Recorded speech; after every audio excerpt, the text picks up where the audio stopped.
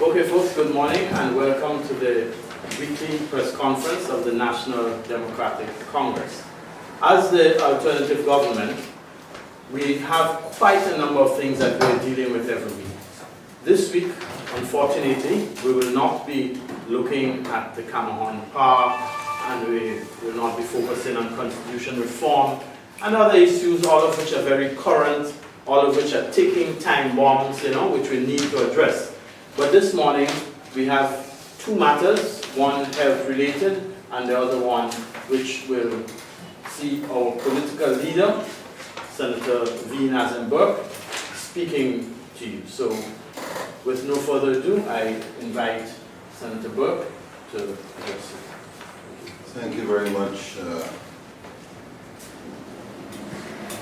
Thank you very much, our chairman.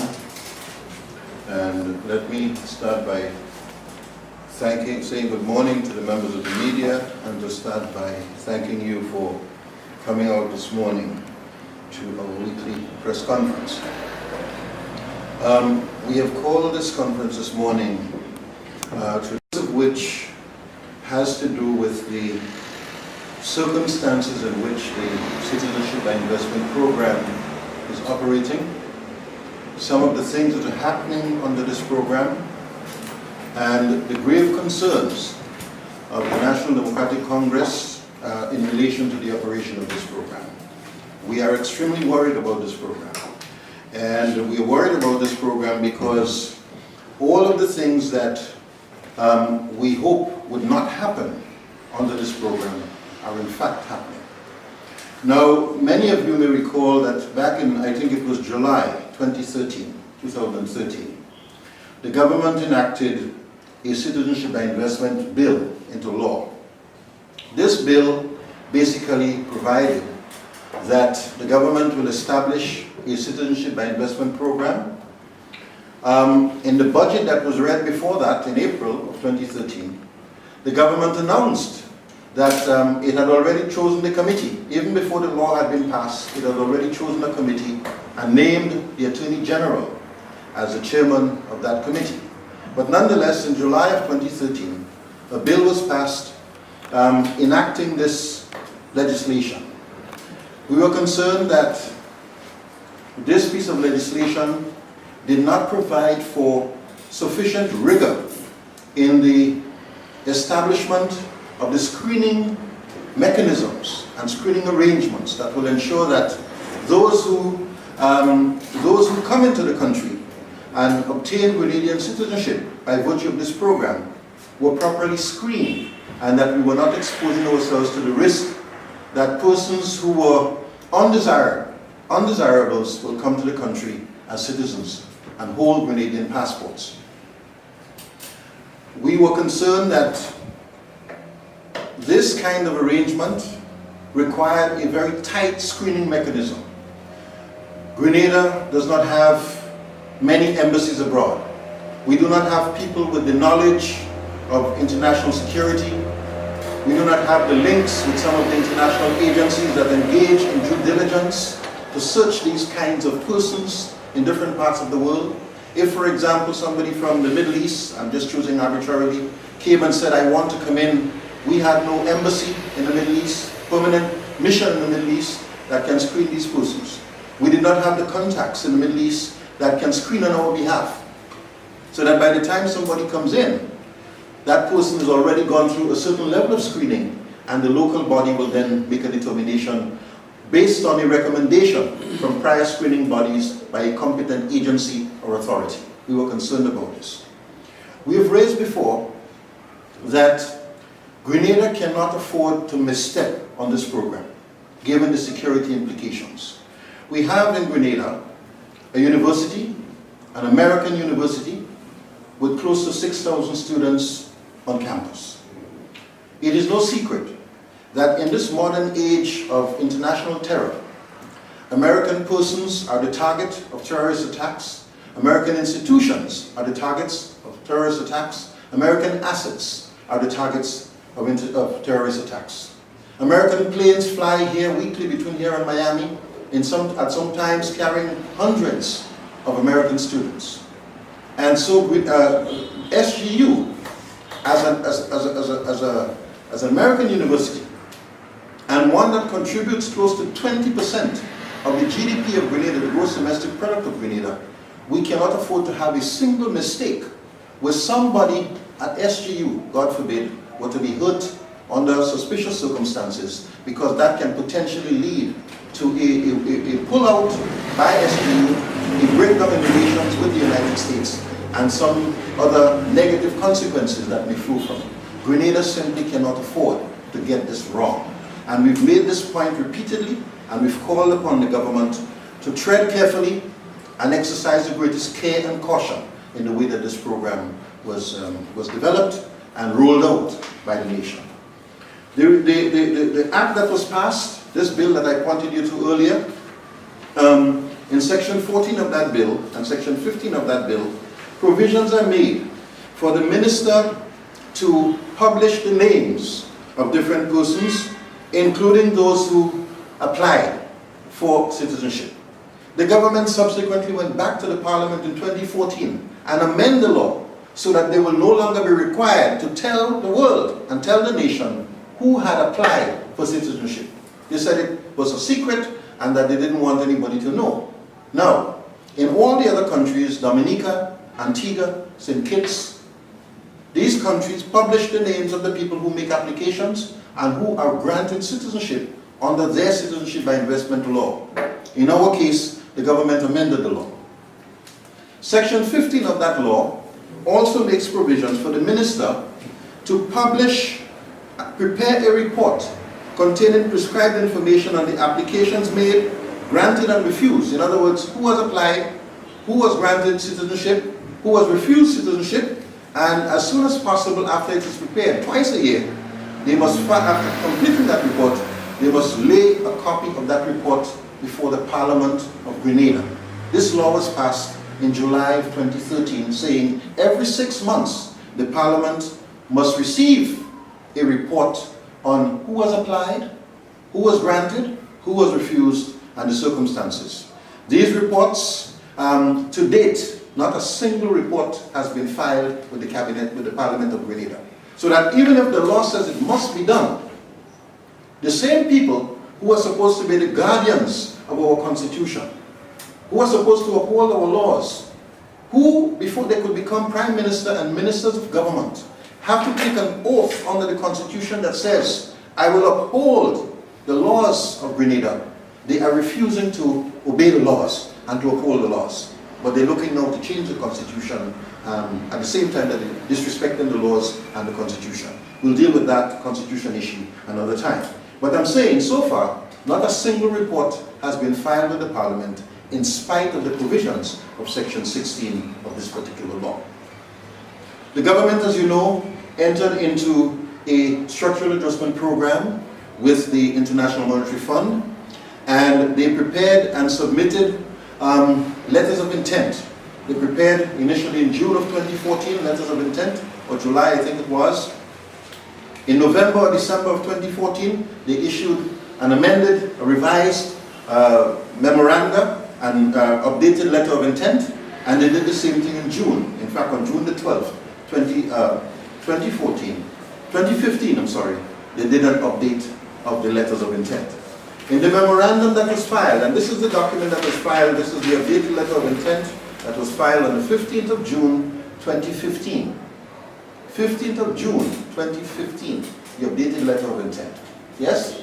In the memorandum that was filed in support of this letter of intent, if you go to page 9, this is what it says.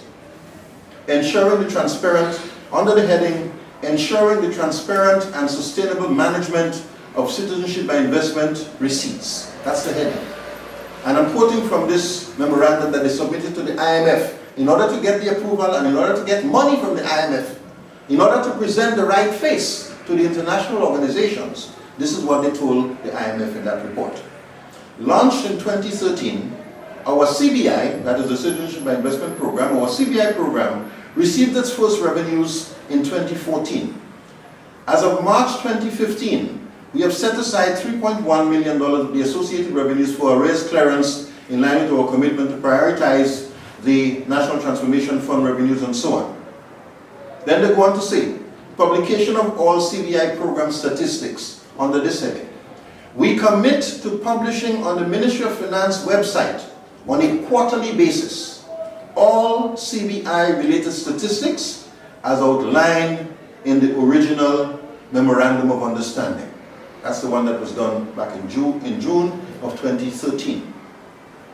This will be a new structural benchmark to be observed on a quarterly basis starting in July 2015. A cabinet conclusion mandating the publication of the CBI statistics has been approved in May 2015, a prior action for the review. So this is what they told the IMF, that cabinet took a decision in 2015, in May, that they will be publishing on a quarterly basis reports on the CBI, and that these reports will be they'll start publishing these reports from July of 2015 and posting it on the government, on the Ministry of Finance website. To this date, as far as we know, no reports have been filed or published by the government concerning citizenship by investment. Again, a hoodwink, an attempt to hoodwink the International Monetary Fund in order to get money. An attempt to misrepresent the facts and the reality to the international community in order to look good in their eyes and get money. But again, this has not been done. And the concerns that we have raised regarding this program continues to plague us. We simply do not know why these things are happening and what to make of them. I want to report to you that in the publication of October 24th, 2014, we saw that one local agent that had been appointed in the person of Ms. Benicia Francis Banfield had her appointment as an agent revoked in the Government Gazette of October 24th, 2014. We saw that Ms. Banfield was revoked as an agent. The circumstances of her revocation are not known to anyone. It is interesting that Ms. Banfield's practice operates right here at the corner of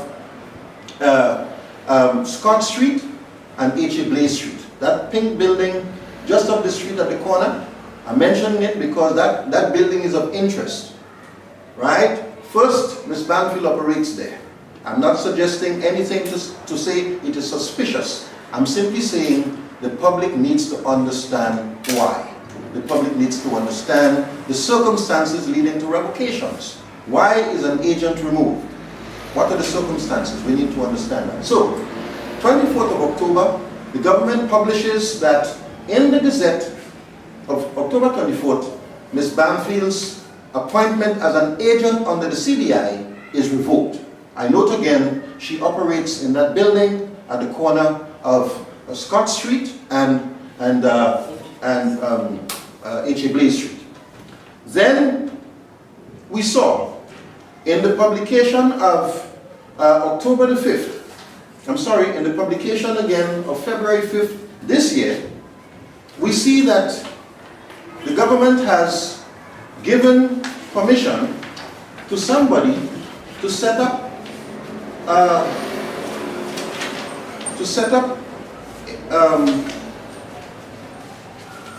if you just bear with me for 1 second. The government has given permission to somebody to set up a new agency.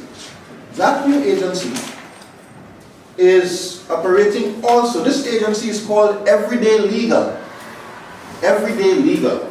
We don't know who is Everyday Legal and under what circumstances is Everyday Legal given this license to operate. But of interest also is that Everyday Legal is operating out of the corner of H.A. Blaze Street and Scott Street. The same building, in fact, where Ms. Banfield operates and where her appointment was revoked. A new company, a new business name was registered under the name Everyday Legal, and it is showing also that the address for business of Everyday Legal is the corner of Scott Street. This document was registered in the name of Ms. Janelle Ferguson, Everyday Legal, a business name, operating out of the corner of Scott and H. Blaze Street in St. George's, Ms. Janelle Ferguson. It says that her nationality is Grenadian, her occupation is barrister at law. The information we have is that Ms. Ferguson is not a member of the rolls in Grenada. We are not saying she's not an attorney, we're just saying that the information that we've received is that she's not a member of the bar in Grenada. We understand that she was working as a clerk, she was working, I don't know in what capacity, but she was working out of that same building, the corner of H. Blaze Street and Scott Street as well. Again, we are not suggesting anything suspicious of Ms. Ferguson or Ms. Banfield. We wish to make that clear. But the circumstances seem to be showing that this building at the corner of H. Blaze and Scott Street is deserving of some kind of investigation by the journalists to understand what is going on. Are these different names that are being used by different persons? What are the circumstances? We know for sure that that building is owned by the Honorable Keith Claudius Mitchell. That's the deed for the lands. So we know that it is his building. And we know that business is going on there involving citizenship by investment.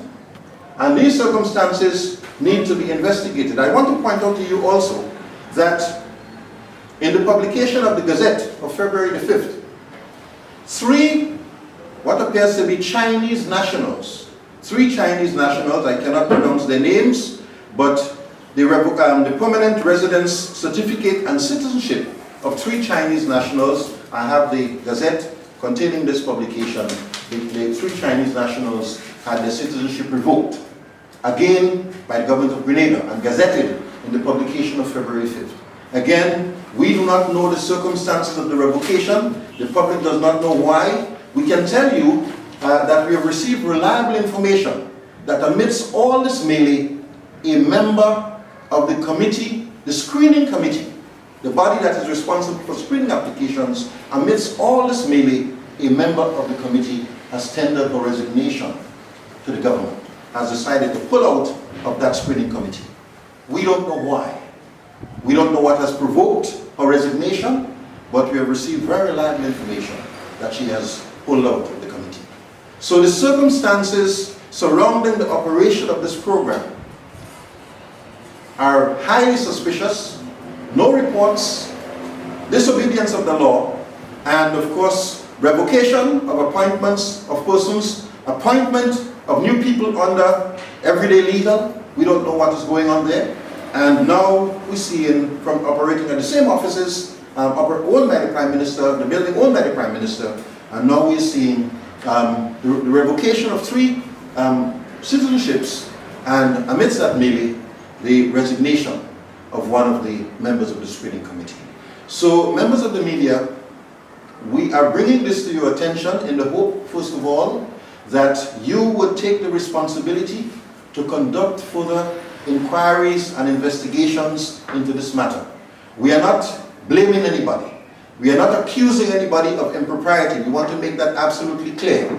All that we are saying is the obligation to file reports, the commitment given to the IMF to be transparent, the requirement by the law to file reports to the Parliament, the commitment given to the IMF that a cabinet decision has been taken to prepare reports, and that reports publication of reports will start in July of 2015, have all been disregarded or disobeyed by this government. The fact that a member is pulling out of the committee is questionable, raises doubt about the integrity of the program itself and whether or not that person may be concerned herself about what is going on. And so we can't say that she is leaving for that reason, as we want to emphasize. We don't know the reason, but the circumstances here are highly suspicious, and we are calling on you, the media, to look into this question. We are calling on you to report your findings to the nation. We are calling on the government of Grenada once again to please be transparent with this program. Too much is at stake. The stakes are too high. All that is required is one bad mistake, one misstep, and the consequences for our country and the economy of this country can be fatal. The government has said that they're interested in investments, that they have investors lined up, that public investor confidence has returned to the nation.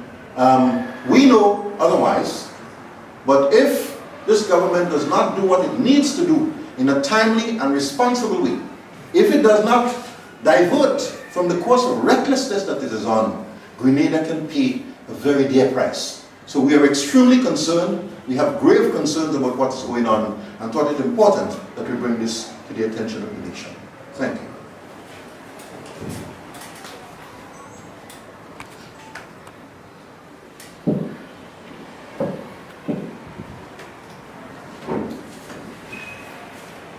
Thank you. Ladies and gentlemen of the media, thank you for coming. I know once you see me, you know that we have some health issues that we need to let the public know of.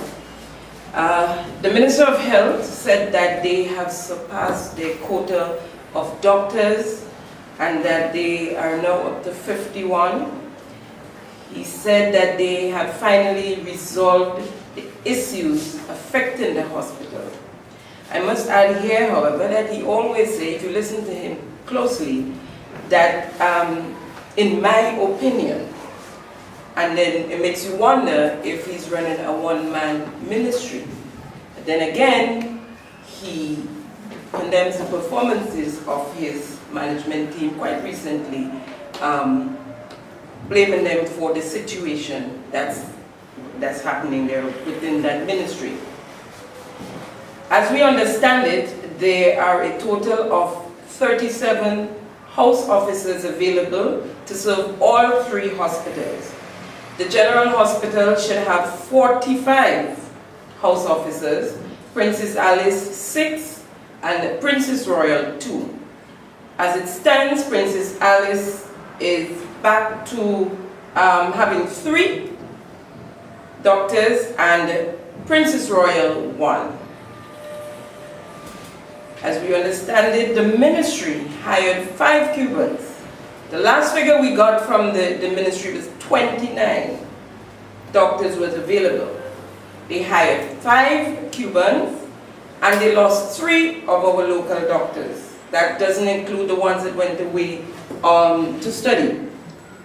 So if you add 2, if you subtract 3 from 5, you get 2, and add 2 to 29, we're now seeing a total of 31. And this is information I have received. The nursing stock has not improved much either, although the minister told you he was going to be bringing in nurses every 2 weeks, beginning at the end of November when they hired the first 13. So we're wondering now at what count.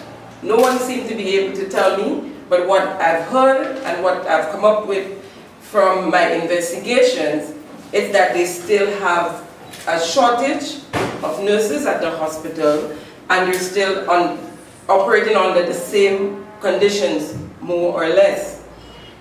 There is a concern surrounding a situation regarding payment structure for the oncology patients who need to receive chemotherapy, and that is a concern coming from members, the doctors and so that work at the hospital. They're saying once the medication are in supply and the patient have agreed to receive it, payment must be made prior to the scheduled treatment. In the event the patient cannot pay, they are referred to a social worker for assessment on an individual basis, with the hope of some agreement to be made to accommodate the treatment. The issue is this an arbitrary management decision, or is it a cabinet decision?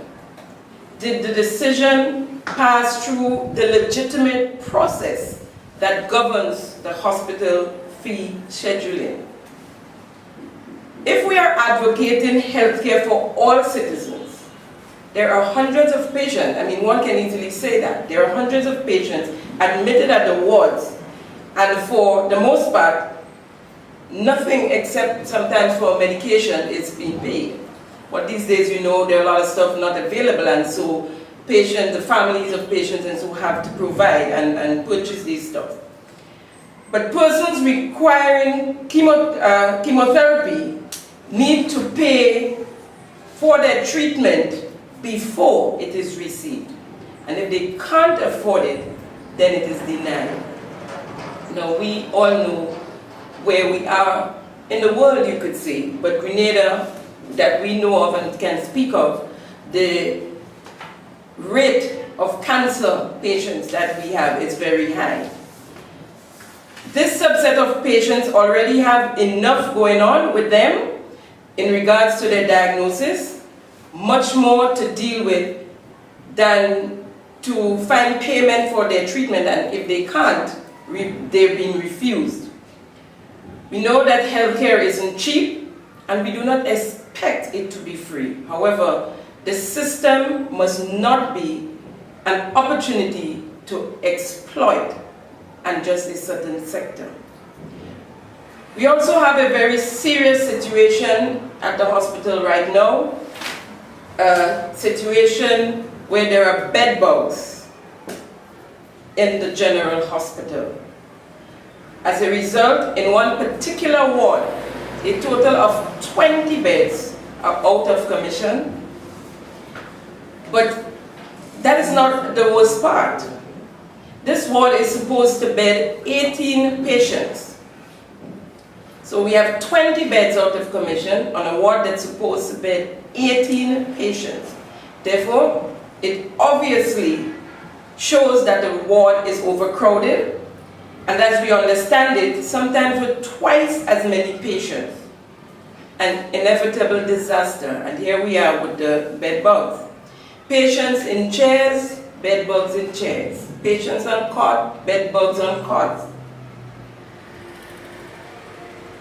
Members of the media, I was told the last time bed bugs of this magnitude were seen in Grenada was before Hurricane Janet.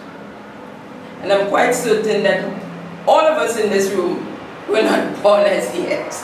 That is in 1955. That was the time when people can record that we had bed bugs like that in Grenada. We also have another disturbing situation up there at the hospital. The dining area in the male surgical ward keeps bed for patients. Their tables pushed aside and they have beds there. This too gets worse. In the female surgical dining area, the situation is the same. Only the patients in the female dining room are male patients. Our radiology section, the technicians there, the X-ray and ultrasound technicians, in fact, there are only 2 of them functioning and continue to complain of being overworked, doing double time, a danger to themselves and the patients, doing overtime on call and have to struggle even at the end of that to get payment for their overtime, owing months at a time. They also have a limit, as a matter of fact, of the amount of overtime they can do that they would be get paid for. And when that time is over, it's all up to them whether or not they decide to go out. And in the night when they call out on emergencies and so, it's all up to them if they want to go out and do it. It would be done for free. They would not be paid once their quota has passed. The hospital operates with 1 pathologist. Sometime last year, the hospital were without a pathologist for months on. We had a visiting pathologist, a doctor who was here on vacation, had to go into the general hospital to help out with that situation when it got really sticky. I think it had to do with the tourists who got knocked down and killed. Had to go in to help at the general hospital. The poor and vulnerable, the ordinary man, the hard working class individual, continue to hold road shows and motorcades, walk about with donation sheets. We all know the drill. In an effort to try and save the lives of their loved ones. As recent as yesterday, a young school teacher succumbed to his illness while he laid in wait, while his relatives and friends begged for funds so he can receive his treatment abroad. He died while waiting. We heard of a young cricketer, I've seen him in the news several times, from St. Mark, begging for funds to go away to treat his cancer. The list is endless, my friends. And so we wonder whatever happened to the donation desk that is supposed to be situated up there at the hospital. I heard the former minister, Clarence Muller, speaking of it quite early when they came in 2013, where the former minister of health was supposed to be in charge of that desk, and David Antoine. We wonder which hospital Minister Steele was referring to when he said, no government should contemplate building a new hospital, and I'm quoting here, until it's able to manage the one that it has, until it has found a solution that allows to move forward, to make sure that whatever we are to build, we can maintain, that it is sustainable. Mr. Speaker, I am pleased to announce our assessment, our partners, based on consultation that we are in, discussions looking at the constitution of a new hospital, Mr. Speaker, breaking ground this year. And those were the words of Minister Steele, and I heard him on other occasions speaking of they're ready now, they can manage what they have, they're in a good position to now start to talk a new hospital. Members of the media, this is a reflection of a failed policy of healthcare, financing and delivery. What is being done to get a proper, workable policy? Obviously, healthcare is not a priority to this government. Then we have the issue of national health insurance. How many of our people, our youth, the future of our nation, how many more must die before the decision is made to use funds from the NIS or some other source to pay for emergency care when needed? Are the lives of our youth so insignificant to the government that nothing is being done? We call for the immediate establishment of a fund to assist with, to pay full for treatments not available in Grenada when persons can't afford it. We call on our youth, our women, men, to demand the action taken, that action be taken. Tomorrow it can be you or your child. Tomorrow will be too late.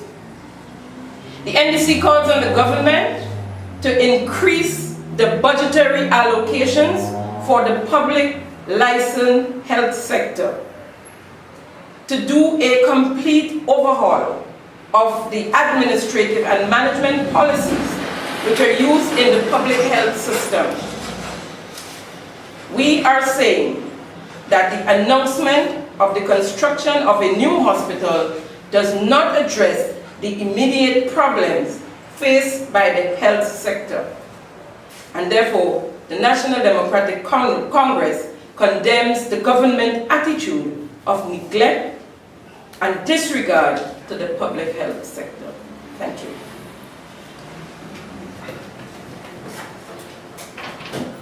Ladies and gentlemen, you heard the presentation from our political leader and from our deputy chairman. We now invite you to proceed with any questions which you may have.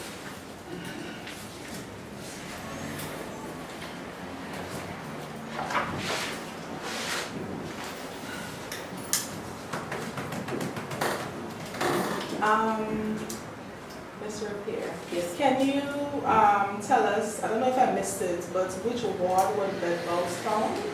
No, I didn't tell you which ward bed was from. I think you should go do that one on your own. The last time I said which ward, I got reprimanded by the media for it.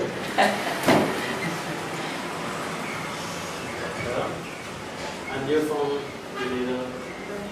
Me today. I have to cut out the Grenada. Yes, anything from now Grenada? You're being bloody. Baptized, yeah? Yes, status, yes, right? I'm so disappointed. Yeah. But you have no questions for us. Yeah, well, we did well, I guess. It was clear cut. That sounds good. Yes, sir. I'm dying to hear from you.